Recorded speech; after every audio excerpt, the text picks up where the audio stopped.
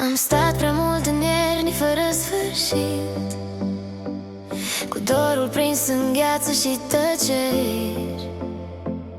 Dar azi lumina cade liniștit pe urmele pierdute de ieri.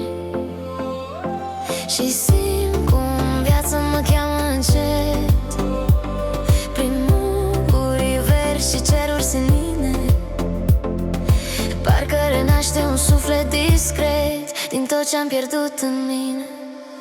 Te topește frigul dintre gânduri, învăț din nou să simt.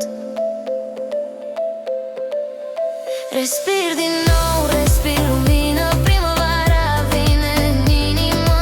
Tot ce-a durut se lasă dus, azi sufletul meu s-a redeschis din nou. Fără furtună, cerul se rupe și se adună, din fiecare rană apusă crește o viață nespusă.